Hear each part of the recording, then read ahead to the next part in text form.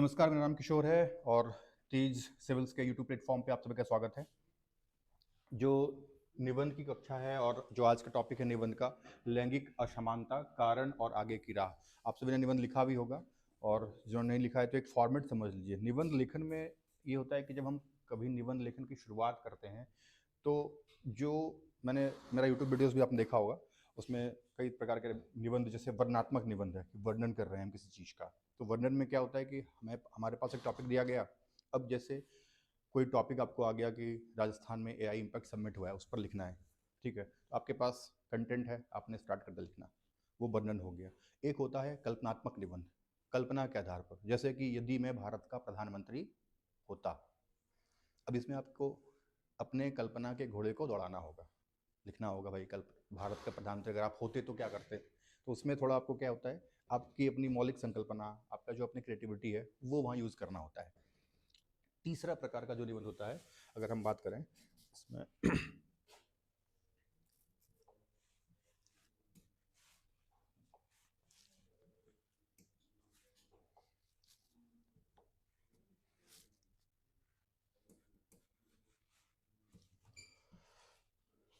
एक second, Lokesh sir को बुलाना था, लोकेश सर को।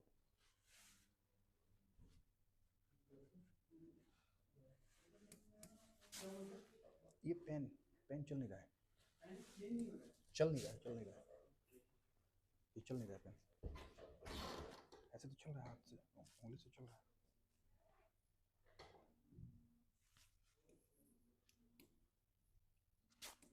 आपको ना, ये सब बाद में डिलीट जाएगा ना। अच्छा चल रहा है, थैंक यू सर। तो पहले मैंने बताया कि वर्णनात्मक निबंध, ठीक है। अब आपके पास, जैसे आप लोग स्कूलों में स्टार्ट करते होंगे निबंध लिखना, तो उसमें आपके पास एक टॉपिक दिया जाता था, गाय पर निबंध लिखिए, ठीक है। तो गाय पर निबंध लिखने का मतलब क्या है, आपने गाय के बारे में लिखा, इधर आ जाइए आप, अपने गाय के बारे में लिखा। गाय के बारे में आप जानते हैं, गाय एक चौपाया जानवर है, गाय को 4 पैर होता है, गाय को एक पूंछ होती है, गाय घास खाती है, गाय दूध देती है। आपने क्या कर दिया, इसको वर्णन किया इसके बारे में, ठीक है।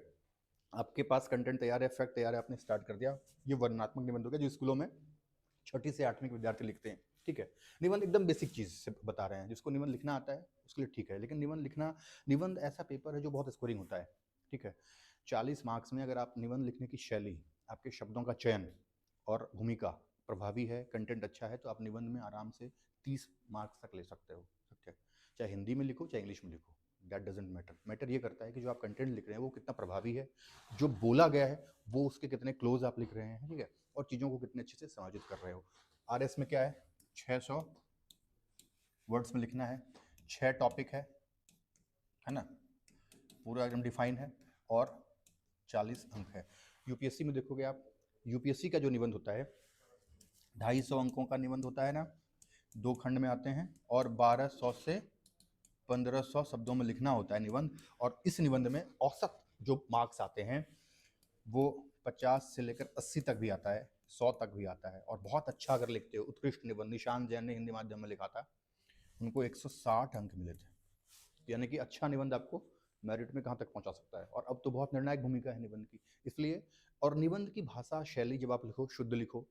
हम कठिन नहीं बोल रहे हैं कि बहुत संस्कृतनिष्ठ शब्दों का प्रयोग करना है, उर्दू शब्दों का प्रयोग करना है, लेकिन आप जो लिख रहे हो वो बहुत शुद्ध होना चाहिए और प्रवाह में होना चाहिए।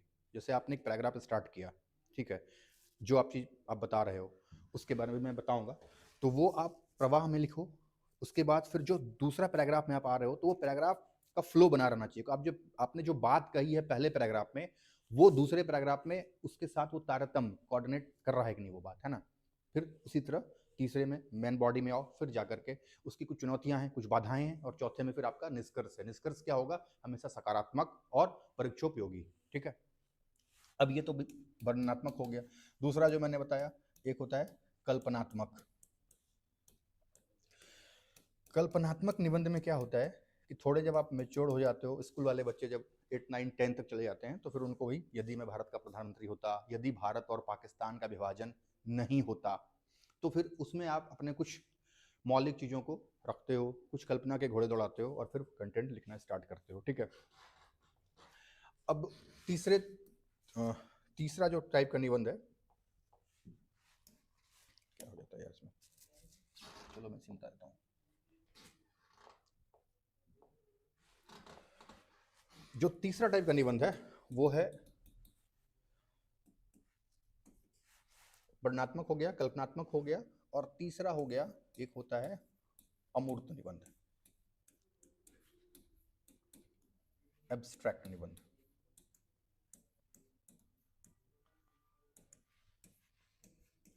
एब्स्ट्रैक्ट निबंध में क्या होता है कि आपके पास फिलोसफिकल बातें होती हैं, है ना। तो अब आपके पास बहुत कंटेंट नहीं है, अगर उस चीज़ उसके भाव को समझ में नहीं पा रहे हो ना, तो फिर लिख नहीं पाओगे उसको, वो फिर दिक्कत होगी लिखने में निबंध। जैसे यूपीएससी में आते हैं, यूपीएससी के पिछले प्रश्न पत्रों देखो, लेकिन आरएस उस स्तर तक नहीं जाएगा।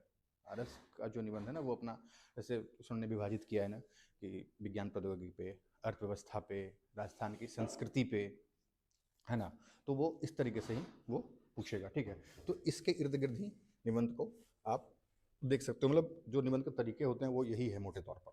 और निबंध लिखना हम स्टार्ट करते हैं। अब जैसे मान लो आज टॉपिक है कि लैंगिक असमानता, कारण और आगे की राह।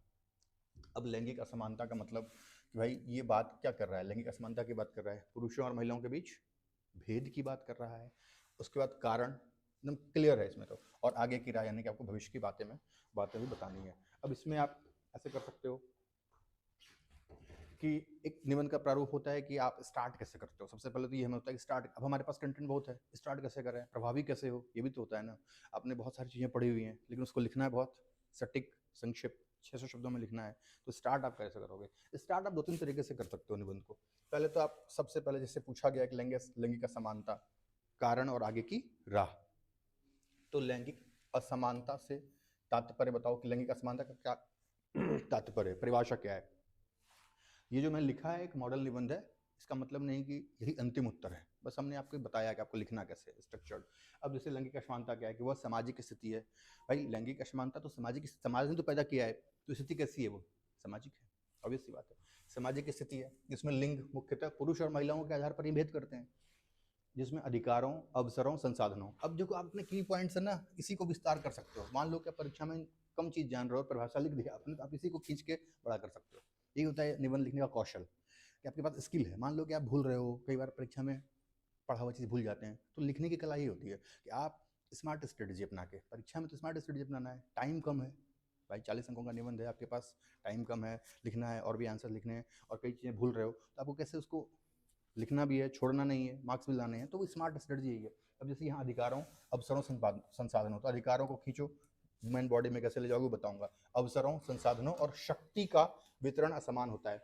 असमान है तभी तो भेदभाव है, भेदभाव है तभी तो असमानता है, और असमानता क्या है, लैंगिक असमानता है महिलाओं पुरुषों के बीच, यही तो क्लियरिटी है। तो आप ऐसे भी डेफिनेशन बना सकते हो जैसे बनाना चाहो। सरल शब्दों में कहें तो जब समाज में लिंग के आधार पर भेदभाव किया जाता है और सभी को समान अवसर नहीं दिए जाते हैं, जब हमारे पास समान अवसर नहीं रहेगा तो भेदभाव उत्पन्न होगा ही, तो उसे लैंगिक असमानता कहा जाता है। एक तो ये हो गया निबंध का प्रारूप कि आपने यहाँ से स्टार्ट कर दिया, ये भूमिका, आपने इसे भूमिका कहते हैं, ठीक है, ये हो गया भूमिका। कोई भी चीज पूछ रहा है निबंध में, सबसे पहले होता है कि अगर निबंध को ही पूछा तो उसके आप अर्थ स्पष्ट करो कि वो पहले है क्या। परीक्षक देखेगा ना भाई, आपने कोई चीज़ लिखा तो आप उसका अर्थ स्पष्ट करोगे। अर्थ में क्यों, कहाँ और कैसे, ये बहुत महत्वपूर्ण। अगर आप इन तीनों चीज़ को ब्रेक कर दोगे, इसका शल्य क्रिया कर लोगे, तो आप आराम से लिख सकते हो। ये इवन जीएस के आंसर में भी क्यों, कहाँ, कैसे, इन चीज़ों का कर सकते हो तो आप अच्छा आंसर लिखते हो और अच्छा मार्क्स आता है। तो ये तो एक जनरल निबंध का भूमिका हो गया। भाई लैंगिक असमानता से तात्पर्य क्या है, सामाजिक स्थिति है जिसमें लिंग के आधार पर पुरुषों और महिलाओं को भेदभाव किया जाता है। भेदभाव किस स्तर पर होता है, अधिकार के स्तर पर, अवसर, संसाधन और शक्तियों का वितरण है। एक ये है। इसमें थोड़ा सा और क्रिएटिव होना हो, भाई हमें थोड़ा और क्रिएटिव होना है, तो उसमें क्या कर सकते हो कि निबंध का प्रारूप अगर दूसरे तरीके करो तो एक सुंदर सी युक्ति लिखो, स्टार्ट करो किससे, समानता एक सुंदर और सुरक्षित समाज की वह नींव है जिस पर विकास रूपी इमारत बनाई जा सकती है ना। सरल है, बहुत क्लिष्ट हिंदी भी नहीं है और अच्छा भी लग रहा है। कैसा लगा पढ़ने में, कैसा लगा। समानता एक सुंदर और सुरक्षित समाज की वह नींव है जिस पर विकास रूपी इमारत बनाई जा सकती है। यहाँ से आप शुरू कर सकते हो। अब यहाँ से आप स्टार्ट करोगे समानता के, लैंगिक भेदभाव के बारे में बात कर रहे हैं। समानता एक सुंदर और सुरक्षित समाज की वह नींव है जिस पर विकास रूपी इमारत बनाई जा सकती है। यद्यपि भारतीय समाज में लैंगिक भेदभाव एक सामाजिक कुरीतियों के रूप में अभी भी विद्यमान है। ठीक है, अब वहाँ से आप स्टार्ट करो, फिर उसको आप ले जा सकते हो। या तो ये हो गया। तीसरा एक और ऑप्शन है कि आप किसी महत्वपूर्ण कोट से स्टार्ट कर सकते हो। किसी महापुरुष ने कोई बात बोली है, वो आपको याद आ रहा है, तो आप उनके कोट से स्टार्ट करो, क्योंकि वो भी बहुत इंपॉर्टेंट माना जाता है। जीएस का निबंध क्या होता है? जीएस के निबंध में आपको प्रेजेंटेशन में आप पाई चार्ट बना सकते हो, डायग्राम बना सकते हो, फिगर बना सकते हो। निबंध में सब नहीं चलता है। निबंध बिल्कुल नहीं करना है। पॉइंट वाइज निबंध पॉइंट वाइज नहीं लिखा जाता है, ये ध्यान रखना है। निबंध कभी भी पॉइंट वाइज नहीं होगा कि हमने एक पॉइंट लिखा, फिर दूसरा लिखा, फिर तीसरा लिखा। निबंध जब भी होगा पैराग्राफ में होगा। ठीक है, ये हमेशा ध्यान रखना इस चीज़ का। जब भी होगा वो पैराग्राफ में होगा। इसमें कोई पाई चार्ट नहीं बनेगा, कोई डायग्राम नहीं बनेगा। तो डायग्राम नहीं बनेगा, पाई चार्ट नहीं बनेगा, तो आपका निबंध सुंदर कैसे होगा? और ये भी चुनौती है ना। तो वही यहाँ शब्दों का खेल है कि शब्दों की बाजीगरी आप कितना अच्छा करते हो, है ना। तो पाई चार्ट नहीं बनाना। ये जीएस में तो ये सब बना के हम मार्क्स ले लेते हैं, क्योंकि भाई हमारे पास वहाँ है, पॉइंट भी लिखते हैं। तो आपके पास यहाँ निबंध में ये सब काम नहीं होता है। पॉइंट वाइज भी लिखना है, बुलेट फॉर्म में नहीं लिखना है ना। डायग्राम नहीं बनाना है, पाई चार्ट नहीं बनाना है, पिक्चर नहीं बनाना है, मैप नहीं बनाना है। तो जब आप ये सब नहीं बनाओगे तो फिर आपके पास क्या है कि आपको निबंध मार्क्स भी लाने हैं। निबंध में ये पैरामीटर्स काम ही नहीं करता है। तो फिर आपको एक अच्छा निबंध में भूमिका अच्छी होनी चाहिए, जिसे मैंने बताया। आप यहाँ से शुरू करो, जो मैंने बताया परिभाषा से, या फिर आप एक अच्छा कोट स्टार्ट करो, या फिर कोई महापुरुष का कोट। जैसे अब लैंगिक असमानता की बात हो रही है, तो हम स्त्री और पुरुषों के बीच भेदभाव की बात कर रहे हैं। तो स्त्री पुरुषों के बीच भेदभाव में साइमन द बुआ थी एक पॉलिटिकल थिंकर, नारीवादी कह सकते हैं उनको, नारीवादी। उन्होंने स्त्रियों के बारे में बात कही थी कि स्त्री पैदा नहीं होती है बल्कि बना दी जाती है। सिमोन द बुआ, आप लिखोगे कि प्रसिद्ध महिला नारीवादी सिमोन द बुआ का कथन है, सिमोन द बोवार या सिमोन द बुआ जो कहो, सिमोन द बोवार। उन्होंने कहा है कि स्त्री पैदा नहीं होती है बल्कि बना दी जाती है। ये एक वाक्य या ये एक वाक्य ये बताने के लिए काफ़ी है कि समाज में लैंगिक भेदभाव किस हद तक होता है या किस स्तर से होता है। ठीक है, यहाँ से स्टार्ट कर सकते हो। तो ये एक फॉर्मेट ये भी है। 3 फॉर्मेट हो गया।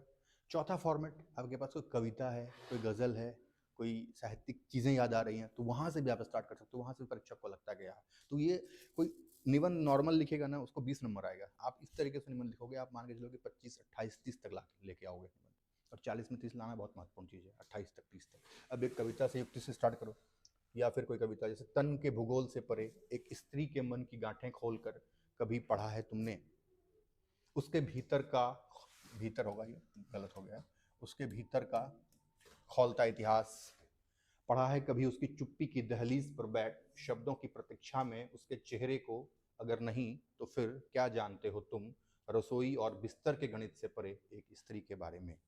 अब ये कविता हो गया। इसके बाद फिर लिखो कि ये कविता स्त्रियों के पूरे व्यक्तित्व का एक आईना दिखाता है, या आईना है, या उसका वर्णन कर, या उसकी स्त्री के पूरे व्यक्तित्व को रेखांकित करता है। इस तरह से शब्दों का इस्तेमाल करो। शब्दों का चयन बहुत जरूरी है। रेखांकित करता है, ये समाज की यथार्थ पर भी चोट करता है। उसके बाद फिर स्टार्ट करो पैराग्राफ। तो ये आपके पास 3-4 डायमेंशन बताया मैंने भूमिका का। अब देखो, इस पे इस तरह से लिखोगे तो परीक्षक बाध्य होगा नंबर देने के लिए। और क्या करेगा? नंबर देगा ही भाई। जब इतना अच्छा लिखोगे, प्रेजेंटेशन अच्छा होगा, तो नंबर आएगा ही आपका। तो ये है तरीका निबंध का प्रारूप। बाकी हो सकता है कि ये जो मैंने बताया, ऐसा नहीं है कि मैंने अंतिम बताया, कोई और स्टूडेंट हो जो इससे अच्छा और सोच सकता है, कोई और अच्छी बातें लिख सकता है, तो उनको अच्छा नंबर आएगा। लेकिन एक प्रारूप, जनरल प्रारूप में यही हो सकता है कि निबंध का प्रारूप यही होगा। निबंध हम स्टार्ट करें, या तो हम किसी सामान्य परिभाषा के साथ स्टार्ट करें, वो क्या है, उसका अर्थ क्या है, उसका आशय क्या है। दूसरा, निबंध के प्रारूप में कोई अच्छी युक्ति लिखें, कोई महापुरुष का कोई कोट करें, और तीसरा कोई कविता अगर हमको याद आ रहा है तो करें। ठीक है, तो ये हो गया लैंगिक असमानता के बारे में, आपने ये बता दिया कि क्या है। अब आगे बढ़ेंगे आप। अगला क्या है? लैंगिक असमानता, gender inequality, causes and way forward, English में, और हिंदी में लिखा है लैंगिक असमानता, कारण और आगे की राह। तो कारण में अब हम आते हैं, निबंध का मुख्य भाग। तो लैंगिक असमानता के क्या कारण है? ऑब्वियस सी बात है। कारण क्या है? सबसे पहले तो अगर हम ऐतिहासिक कारण की बात करें, इसको बांट लो, किसी भी चीज को ना, कोई निबंध अगर आता है तो उसको आप इस खांचे में बांटते हो, ऐतिहासिक, सामाजिक, राजनीतिक,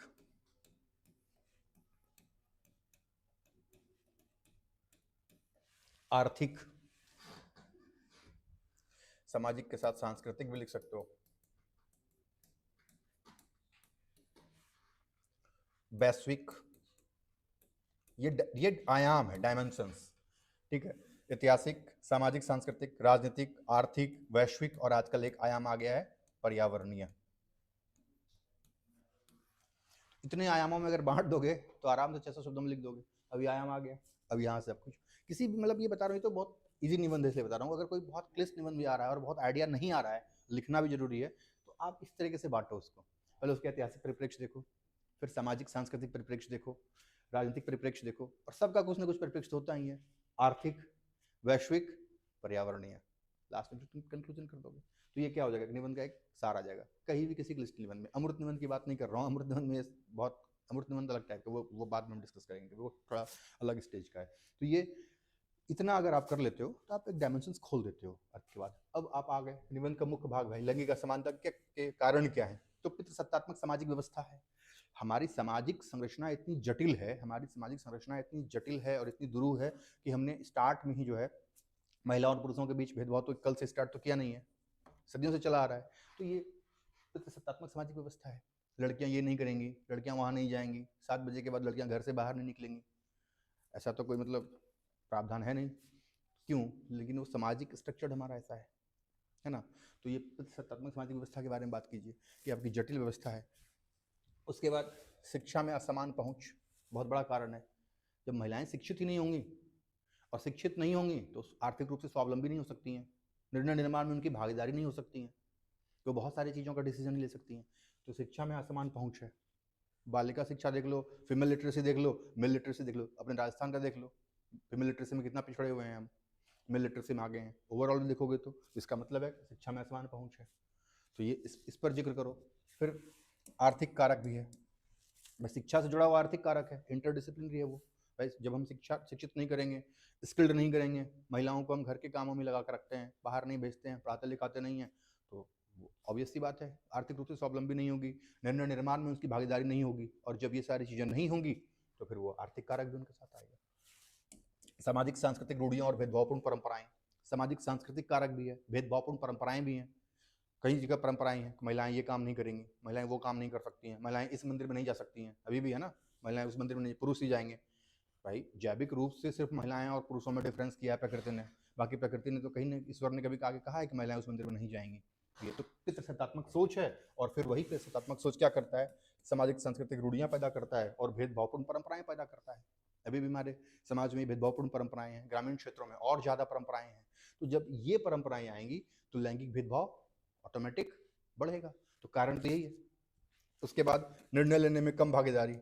अब डिसीजन निर्माण में हमारे घर के मुखिया कौन होते हैं, दादाजी होते हैं, पापा जी होते हैं, ताऊ जी होते हैं, कभी ताई जी नहीं होती हैं, दादी माँ नहीं होती हैं, माता जी नहीं होती हैं, है ना। तो निर्णय निर्माण में हमारे घर में ही लोकतंत्र नहीं है, हमारे घर में डेमोक्रेसी नहीं है। आप देखो तो निर्णय लेने में कम भागीदारी, भागीदारी बहुत शून्य है, बहुत कम है, नगण्य है। तो जब निर्णय लेने में भागीदारी होगी नहीं होगी, और अभी जब राजनीतिक रूप से हम सशक्त उनको कर रहे हैं, तो भी अब आ गया है, वो अगर सरपंच बन रही हैं, मुखिया बन रही हैं, गांव के प्रधान बन रही हैं, तो आधा काम उनका पति कर देता है। तो वहाँ पति वाला कॉन्सेप्ट आ रहा है ना, कि पंचपति, सरपंचपति, पंचपति, मतलब वहाँ भी फिर सत्तात्मक समाज फिर आगे आ रहा है। मतलब सरकार अगर दे भी रही है तो ये देखो, यानी एक समाज कितना जटिल बनाया हुआ है। तो अभी इसको ब्रेक करने में टाइम लगेगा। तो ये है कि निर्णय लेने में कम भागीदारी, और निर्णय लेने में जब कम भागीदारी होगी तो फिर बहुत ज़्यादा होगा। हम अपने घर से ही देख सकते हैं इन चीज़ों को। आप आसपास देखो रिप्रेजेंटेशन कितना है महिलाओं का। हम कहीं पढ़ रहे हैं किसी स्कूल्स में, किसी कॉलेज में, वहाँ कितनी लड़कियां आ रही हैं, कितने टीचर्स पढ़ा रहे हैं फीमेल, है ना। आप कहीं दुकानों में देखो, कहीं जाओ तो रिप्रेजेंटेशन से इनका कम है। इवन लोकसभा और राज्यसभा में देखो, अब वो नारी अधिनियम वंदन अधिनियम अब आया, पंचायती राज्यों में सरकार ने लाया 50%। चलो ठीक है, पंचपति की अवधारणा है, लेकिन कम से कम महिलाएं आ तो रही हैं, आगे बढ़ तो रही हैं, है ना। तो घूंघट प्रथाएं क्या है, घूंघट से बाहर नहीं देखेंगे, सामाजिक रूढ़ियां ही तो हैं, सांस्कृतिक रूढ़ियां ही तो हैं, वो घूंघट प्रथा वो देख नहीं सकती हैं। कई कई जगहों में तो ऐसा है कि वो जेठ और देवर वाला है कि साथ में नहीं खाएंगी, बैठेंगी नहीं, उनको टच नहीं करेंगी। तो ये सारी रूढ़ियाँ, और जब हम उनको इस तरीके से एक वस्तु के रूप में देखेंगे तो फिर भेदभाव होगा ही, लाजमी है। संपत्ति के अधिकारों का अभाव है। परिवार में से क्या शादियां हो जाती हैं, बेटी को पराया धन मानते हैं। पराया धन भाई, धन क्या है, पराया धन कैसे है, वो तो आपकी बेटी है। तो संपत्ति के बंटवारे में बेटों को हक मिलता है, बेटियों को नहीं मिलता है, क्योंकि उनको कहा जाता है कि वो तो दूसरे घर की चली गई। अभी भी है। तो ये संपत्तियों का बंटवारा है, वहाँ भी भेदभाव है। लिंग आधारित हिंसा, लिंग आधारित हिंसा है, महिलाओं के साथ हिंसा है, घरेलू हिंसा है, शोषण है, बलात्कार है। तो जैविक रूप से ये लिंग आधारित हिंसा भी उनके साथ है। तो ये सारे कारण अगर आप लिखोगे तो वन में नो डाउट अच्छे मार्क्स मिलेंगे। ये अप्रोच ही होना चाहिए किसी भी चीज़ के अप्रोच देखो। तो ये आपके लिंग आधारित हिंसा भी है। तो आप ये 6-7 पॉइंट्स मैंने बताया, अब आपको इसको डील करना है, आपके पास एक डायमेंशन आ गया कि आप आराम से उसको लिख सकते हो। तो ये जब इस अप्रोच से लिखोगे ना, स्टार्टिंग में घबराना बिल्कुल नहीं है कि निबंध हम कुछ नहीं आता है हमें। स्टार्ट करोगे, लिखोगे, 1 महीने के बाद फिर आप अभी जो आपने निबंध लिखा 1 महीने या 2 महीने के बाद आप देखोगे आपकी कितनी मतलब अच्छी प्रभावी निबंध हो जाएगी। लिखने की शैली यही होती है। और ये काम फिर जीएस में भी करोगे तो आंसर ऑटोमेटिक आएगा, और मुख्य परीक्षा में अच्छा मार्क्स आएगा तो रैंक ऑटोमेटिक ऊपर आएगा। तो लिखने का तरीका यही होता है। हम कितना भी पढ़ें वो मैटर नहीं करता है, हम कितना अच्छा लिखते हैं ये मैटर करता है ना। अच्छा पढ़ें, नो डाउट पढ़ेंगे तभी तो अच्छा लिखेंगे, लेकिन कई बार क्या होता है कि हम अच्छा पढ़ने के बाद अच्छा लिख नहीं पाते हैं। तो अच्छा पढ़ने के साथ साथ अच्छा लिखना भी आना चाहिए। और अच्छा लिखना तभी आएगा जब हम लिखने की प्रैक्टिस करेंगे लगातार। कंटेंट हमारे दिमाग में आएगा, लिखेंगे और स्ट्रक्चर्ड लिखेंगे, है ना। अब हम कई बार लिखते तो अव्यवस्थित तरीके से लिखते हैं, कंटेंट कहीं और होता है, भूमिका कहीं और है, निष्कर्ष कहीं और उसका है। तो सजा के लिखेंगे, प्रेजेंटेबल लिखेंगे, मार्क्स अच्छे आएंगे। तो ये आपके क्या हो गए निबंध का मुख्य भाग में इतना। ये आप कारण बता सकते हो उसका। कारण के बाद कुछ इसकी चुनौतियां भी तो हैं। आगे की राह क्या हो सकती हैं भाई, आगे की राह वो जो अब कारण तो बता दिया आपने, चुनौतियां भी हैं वो कारण भी हैं। आगे की राह में क्या है, उसी को काउंटर कर दो। जितना पॉइंट लिखा है उसका काउंटर करो उसको, तो अपने आप हो जाएगा। भाई पितृसत्तात्मक समाज है तो उसको बदलिए, तो काउंटर हो गया उसका। पितृसत्तात्मक सोच को हमें बदलना है तो एक पितृसत्तात्मक वाला हो गया है भाई, पितृसत्तात्मक सोच को आपको बदलना है। तो आपने पितृसत्तात्मक सोच वाला काउंटर कर दिया, ये हो गया। फिर शिक्षा वाला है, तो शिक्षा वाला पार्ट में क्या, महिला शिक्षा को सशक्त बनाना है। शिक्षा नहीं है तो शिक्षा को बढ़ाइए, आप उसी को काउंटर कर दो, अलग से पॉइंट नहीं जरूरत है, उसी जो पॉइंट लिख रहे हो उसको काउंटर करो। महिला शिक्षा को सशक्त बनाना, तो महिला जब शिक्षित होंगी, सामाजिक रूप से सुदृढ़ होंगी, आर्थिक रूप से सुदृढ़ होंगी, तो ऑटोमेटिक उनके के साथ भेदभाव नहीं कर सकता है कोई। महिला महिला डीएम के साथ भेदभाव कर सकता है, कोई महिला एसपी के साथ भेदभाव कर सकता है, नहीं कर सकता है, क्योंकि वो सामाजिक और आर्थिक रूप से मजबूत है। तो आर्थिक सशक्तिकरण, शिक्षा होगा तो आर्थिक सशक्तिकरण होगा, आर्थिक सशक्तिकरण होगा तो ऑब्वियस सी बात है डिसीजन मेकिंग उनकी भूमिका बढ़ेगी। तो ये आगे की राह है। कानूनी और नीतिगत सुधार, कानूनी और नीतिगत सुधार का मतलब है कि जो कानून बना हुआ है उस पर भी इम्प्लीमेंटेशन हो। घरेलू हिंसा पर, दहेज एक्ट पर इम्प्लीमेंटेशन भी नहीं हो रहा है, या हो भी रहा है तो बहुत स्लो है, धीरे प्रोसेस है। तो इस पर हमें सामाजिक सांस्कृतिक मानदंड में बदलाव, जो मैंने बताया रूढ़ियाँ हैं, जो है रूढ़ियाँ उसको चेंज कीजिए, उसको बदलिए। तो सामाजिक सांस्कृतिक मानदंड में अगर आप बदलाव लाएंगे तो ये स्वास्थ्य तक पहुँच, अभी भी ग्रामीण क्षेत्रों में महिलाओं की स्वास्थ्य की स्थिति बहुत खराब खराब है। प्रसव के समय ही उनका डेथ हो जा रहा है ना। उसके बाद विटामिन की कमी है, आयरन्स की कमी है, एनीमिक हैं, बहुत सारी महिलाएं हैं जो हैं एनीमिया की कमी है उनके अंदर अभी भी। तो हम इस तरीके से ये सारी चीज़ें महिलाओं के साथ जोड़ के देखते हैं। तो ये लैंगिक भेदभाव का क्या बड़ा कारण है, और ये आगे की राह निकलेगी कि आप इन सब चीज़ों पर कीजिए। इसके बाद आप बता सकते हो कि सरकारी तरफ से कुछ स्कीम्स भी चल रही हैं। सरकार यद्यपि इन सब के बावजूद भी भारत की 21वीं सदी में आप निष्कर्ष लिख सकते हो कि 21वीं सदी का भारत सिर्फ पुरुषों का भारत नहीं है, महिलाएं भी पुरुषों के साथ कदम से कदम मिलाकर चल रही हैं, और इन क्षेत्रों में महिलाओं ने भूमिका निभाई है। अब आप उसके साथ जोड़ो, विज्ञान के क्षेत्र में बता दो, 2-4 नाम लिख सकते हो, है ना।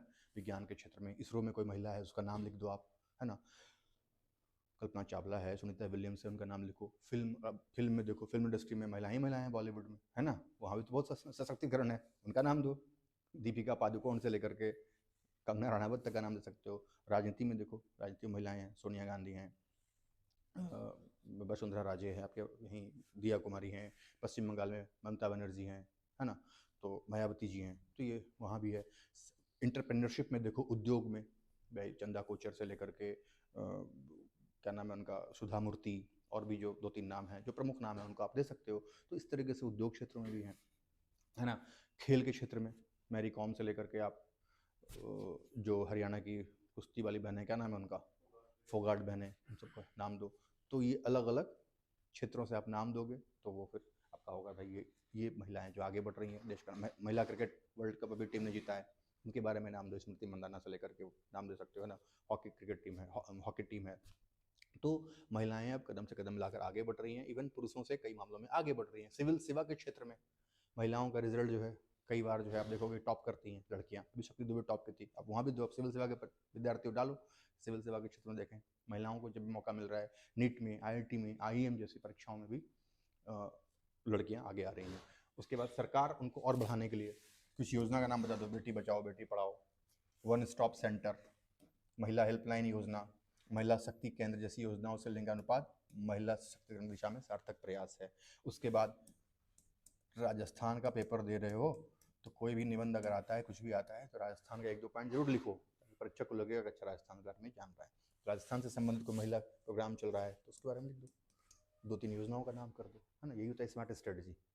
आपको बहुत लंबा लिखना नहीं है, आप प्रोग्राम में पीटी में पढ़े होगे 2-4 नाम, उसको आप यहाँ उल्लेख कर सकते हो, है ना। ये करके फिर अंतिम में एक निष्कर्ष लिख दोगे। यद्यपि 21वीं सदी का भारत जो है महिलाओं और पुरुषों के बिना, दोनों जो है एक दूसरे के बिना अधूरा है। तो साथ चलकर ही हम जो है 21वीं सदी के भारत में और 2047 में जो माननीय प्रधानमंत्री जी का लक्ष्य है विकसित भारत का, हम तभी इसको पा सकते हैं या अचीव कर सकते हैं। एक सुंदर निबंध हो गया, ठीक है। तो इस तरीके से अगर निबंध लिखते हैं किसी भी चीज़ का, सोचना होगा, फिर हम कंटेंट का मेन पार्ट देखेंगे, उसके कुछ चुनौतियां हैं, कुछ चैलेंजेस हैं, नकारात्मक पक्ष हैं, उसको आप मेंशन करो, और लास्ट में से एक वे फॉरवर्ड, एक अच्छा पॉजिटिव कंक्लूजन दो जो भविष्योन्मुखी हो।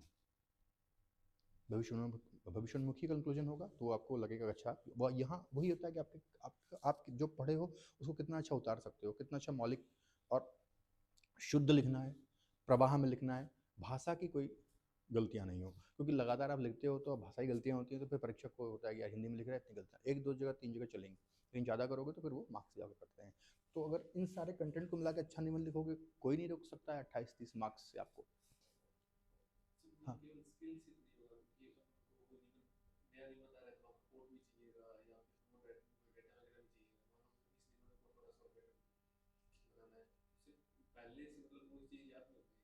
हाँ, मैंने तो प्रारूप बताया, मैंने बताया ये अंतिम उत्तर नहीं, मैंने एक जैसे स्ट्रक्चर बताया।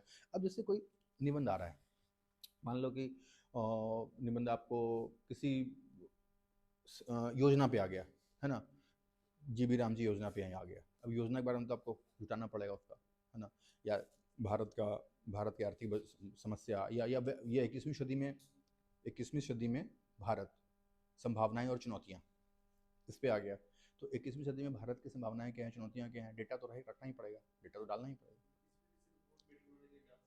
हाँ बिल्कुल, मैं तो बोल रहा हूँ, मैं बता रहा हूँ एक स्ट्रक्चर बताया। अब इसमें बेटर में जैसे आपके पास कोई डेटा हो, अब जैसे देखो इसमें क्या है, लैंगिक रिपोर्ट, लैंगिक अंतराल रिपोर्ट डाल सकते हो, ये आता है ना वर्ल्ड इकोनॉमिक फोरम का। अब आप यहाँ से भी तुलना कर सकते हो बीच में, लैंगिक अंतराल रिपोर्ट, ये कौन डालता है, वर्ल्ड इकोनॉमिक फोरम डालता है ना। वर्ल्ड इकोनॉमिक फोरम की रिपोर्ट 2025 के अनुसार 148 देशों में भारत की रैंकिंग क्या थी, 131वीं। तो अब वो रिपोर्ट डालो, एक आध लाइन तो डालो, सीधा डालो, सही बात है। वैश्विक अंतराल गैप रिपोर्ट, जो वर्ल्ड इकोनॉमिक फोरम के अनुसार वैश्विक अंतराल गैप रिपोर्ट 2025 के अनुसार 148 देशों में भारत की स्थिति 131वां है, भारत का स्थान 131वां है। ये रिपोर्ट इस बात को इंगित करता है कि लैंगिक भेदभाव के मामले में भारत का स्तर क्या है, कि भारत कितना पिछड़ा हुआ है। हो गया, यहाँ से शुरू कर सकते हो कोट।